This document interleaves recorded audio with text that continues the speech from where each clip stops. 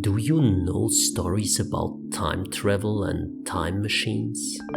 I remember exactly when my big brother first explained Einstein's theory of relativity. It was all Greek to me. I couldn't understand how time could pass faster or slower anywhere else than at home. How is it possible that the time passes faster on the Earth than in a spaceship which moves with breathtaking speed through the universe? The absolute concept of time is no longer valid from a physical perspective.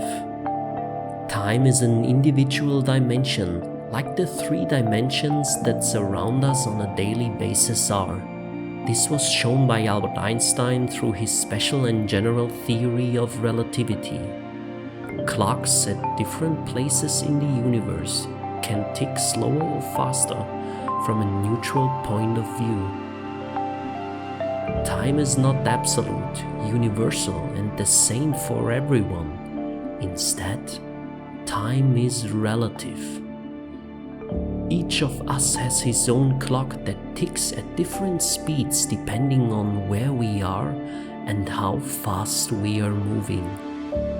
In everyday life we don't perceive it, but it's very important to be conscious that time itself can stretch and shrink. If you set up 2 atomic clocks in completely different parts of the universe, one can be ticking in slow motion, while at the same time the other clock is ticking at breathtaking speed. Isn't that absolutely fascinating? Let's ask some questions. Physicists tell us that time as we know it only came into existence with the Big Bang. What is actually there if there is no time? What is the opposite of time? Is it eternity, infinity, the timeless world? The Austrian philosopher, scientist and inventor of Waldorf education system Rudolf Steiner said about time, "As the plant grows, it breaks through 3-dimensional space. Every being that lives in time breaks through the 3 known dimensions.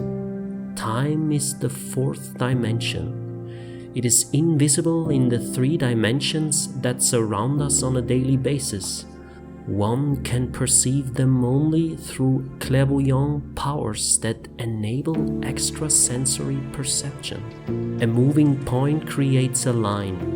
If a line moves, a surface is created. And if a surface moves, the 3-dimensional body is created. Now, if we allow the 3-dimensional space to move, we have growth and development. A 4-dimensional space is created." He further said, "I have mentioned that time as we experience it is actually a deception, that time is in fact something quite different from what human beings experience. Because human beings do not perceive time in a perspective way. The human being already experienced the space perspectively. He sees the distant trees smaller than the near trees. In fact, the time is to be seen equally in perspective. The events distant in time are to be seen in a different way than events near in time. It's only the basis that time is really what scientists of all ages have considered it to be. Time is the most important medium of human deception." Thinking about time opens up a glimpse into eternity. Let's conclude with a quote from St. Augustine, who asked, "So what is time? If no one asks me about it, I know, but if I should explain it to someone who asks me, I don't know. Yet I state confidently that I know that if nothing were passing away, there would be no past time, and if nothing were coming, there would be no future time, and if nothing existed, there would be no present time." those two times then, past and future, how can one say that they are, if the past is already no more and the future is not yet?